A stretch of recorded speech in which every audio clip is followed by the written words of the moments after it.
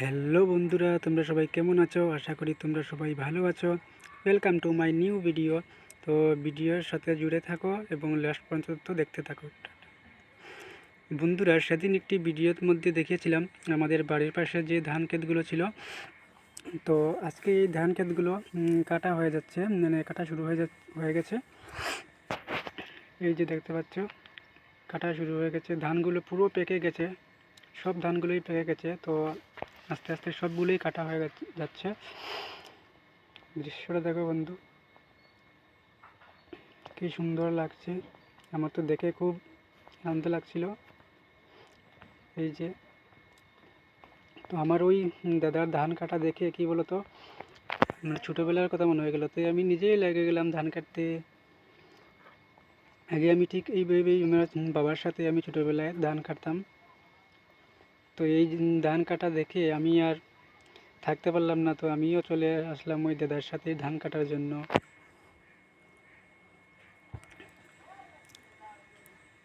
বন্ধুরা, কমেন্ট করে জানাবে এই ভিডিওটা কেমন হয়েছে। অনেক বড় জমি, বুঝতে পারছো, অনেক বড় জমি আমাদের এখানে। প্রত্যেক বছরই এইভাবে ধান ক্ষেত করা হয়, সেইভাবে কাটা হয় ধানগুলো।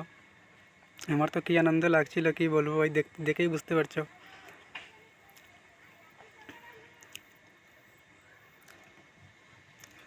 আগে আমি ছোটোবেলায় ঠিক এইভাবেই বাবার সাথে ধান কাটতাম।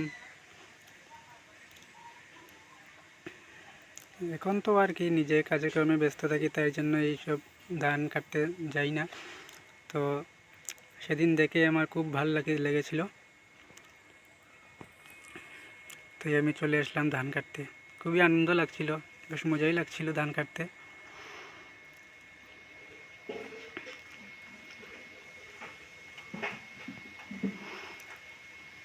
বন্ধুরা, ভিডিওটি কেমন হয়েছে জানাবে। দেখতে পাচ্ছ কি আনন্দ। সবাই কমেন্ট করে জানাবে ভিডিওটা কেমন হয়েছে। দেখতে পাচ্ছ চারিদিকে কি অপূর্ব দৃশ্য। সব ধান ক্ষেতগুলো পেকে গেছে।